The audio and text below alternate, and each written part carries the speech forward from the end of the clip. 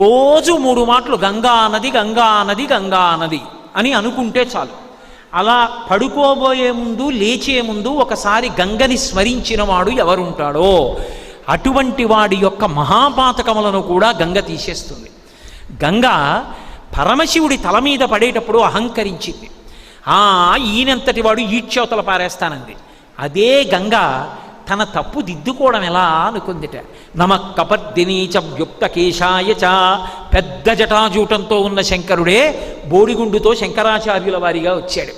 శంకరాచార్యుల వారిగా కాశీపట్టణానికి శంకరులు వస్తూ ఉంటే గంగ కెరటాలు ముందు ముందుకొచ్చేట. ఆనాడు నీ శక్తి తెలుసుకోలేక అహంకరించి నెత్తి మీద పడ్డా, ఈనాడు నీ కాళ్ళ మీద పడతానని కెరటాలు ముందుకొచ్చేన కాళ్ళు కడిగేయట. గంగ అంత పవిత్రం. ఏ నదినైనా అమ్మా అని కలిపి పిలవడం తక్కువ. యమునమ్మ ఏదో